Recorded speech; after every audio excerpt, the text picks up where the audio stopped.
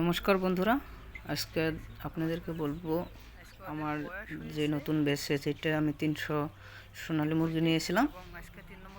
ও আজকে ওদের বয়স 21 দিন এবং 3 নম্বর ভ্যাকসিন দেওয়া হয়েছে ওদেরকে। এই দেখছেন বাচ্চা কিন্তু সম্পূর্ণ সুস্থ আছে এবং আমার কিভাবে রেখেছি যার আমার কিন্তু মডেলিটি 305টা বাচ্চা দিয়েছিল এবং আনার সময় দুটো বাচ্চা মরেছে ওইটাই। তারপরে কিন্তু আর ওইরকম মডেলিটি হয় নাই এবং আমি ফার্স্ট ভ্যাকসিন 7 দিনে এবং সেকেন্ড ভ্যাকসিন 14 দিনে এবং আজকে একটা ভ্যাকসিন করেছি। আর ওদেরকে কিন্তু আমি সেকেন্ড ভ্যাকসিন করার পরে একদিন ভ্যাকসিন করার একদিন পরেও কিন্তু আমি ওদেরকে নর্মাল জল দিয়েছি। তারপরের দিন কিন্তু ওদেরকে লিভারটা স্ট্রং হওয়ার জন্য যেটা বটম আছে বটমটা দিয়েছি লিভারের জন্য 5 দিন দিনে এক টাইম করে এবং ভিটামিন এমবিপ্লেক্সটা কিন্তু দিয়েছি ওদেরকে 5 দিন, যাতে ওদের স্ট্রং হয়ে থাকে এবং ওদের গ্রোথ কিন্তু আমি আজকে 21 দিন বয়স সুন্দর একটা গ্রোথ পেয়েছি। কিছুমান 200 হয়ে গেছে এবং কিছুমান আপনার 170-80 গ্রাম হয়ে গেছে। এভারেজে ভালো একটা ওজন এসেছে। ঠান্ডার দিন যেহেতু অত ওজন আসে না, অল্প গ্রোথটা কম হয় ঠান্ডার দিনে গরমের দিনের থেকে, কিন্তু আমি কিন্তু ওয়েটটা ভালো একটা ওয়েট পেয়েছি। এই বাচ্চা কিন্তু সম্পূর্ণ সুস্থ এবং ব্রুডিংয়ে বাচ্চা সুস্থ মানেই কিন্তু আপনার বড় গ্রোথটা পট করে হবে এবং ভালো একটা গ্রোথ পাবে।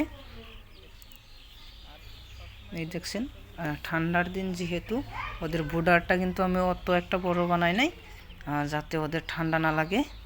এই যে লাইট দেখছেন এই লাইট কিন্তু আপনার 100 ওয়াটের লাইট। এটা আগে আমি 600 ওয়াট দিয়েছিলাম, 4টে লাইট লাগাইছিলাম, 200 ওয়াটের 2টা এবং 100 ওয়াটের 2টা, কিন্তু এখন আমি 300 ওয়াটের দিয়েছি এবং ওদেরকে যাতে ঠান্ডা না লাগে তার জন্য কিন্তু লাইটটা আমি রাইতে বিকেল থেকেই দিয়ে দেই। এবং ওদের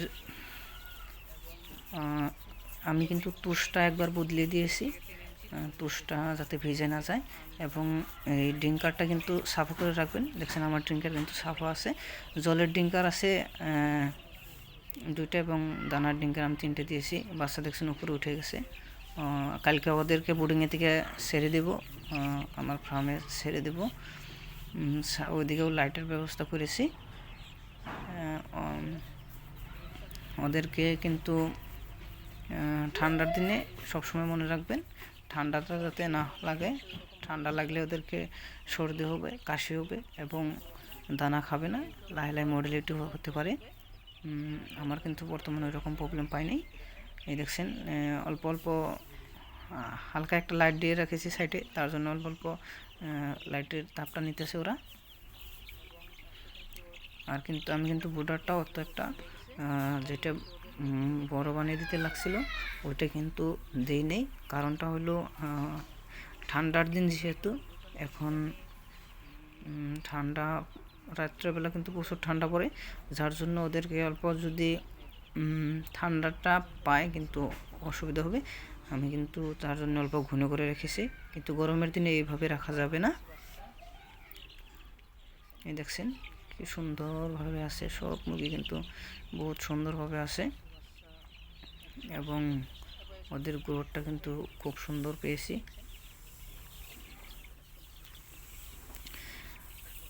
ব্রুডিংয়ে যদি বাচ্চা ঠিক থাকে তাহলে কিন্তু আপনার ওই মুরগিটা কিন্তু বেশি দিন পালতে লাগবে না, আপনার কম দিনেই একটা ভালো একটা ওজন পাবেন। এবং এই 300 মুরগিতে আমার কীরকম খরচা হয় এবং লাভ হয় ওটা দেখিয়ে থাকবো আমি লাস্ট অবধি, আপনাদেরকে ভিডিও দিয়ে থাকবো। নেক্সট একটা ভিডিও বানাবো আপনার 40 দিন বা 35 দিন বা 40 দিন একটা ভিডিও বানাবো ওদের গ্রোথটা কীরকম আসে এবং ওখান থেকে একটু মেডিসিন বদলাবো, কী মেডিসিন দেই ওই সব দিব। এই দেখছেন ওরা খেলতেছে, এই উপরে উঠে গেছে দেখছেন। ওদেরকে কিন্তু আমি অত মেডিসিন যেটা প্রয়োজনীয় ওইটাই দিয়েছি, এবং এক্সট্রা মেডিসিন কোনো কিছু লাগে নাই। কিছু মুরগির পায়খানাজনীয় আমশাজনীয় আপনার সমস্যা হয়, ওই সমস্যা কিন্তু আমার হয় নাই, এবং ঠান্ডাও পায় নাই, সম্পূর্ণ সুস্থ।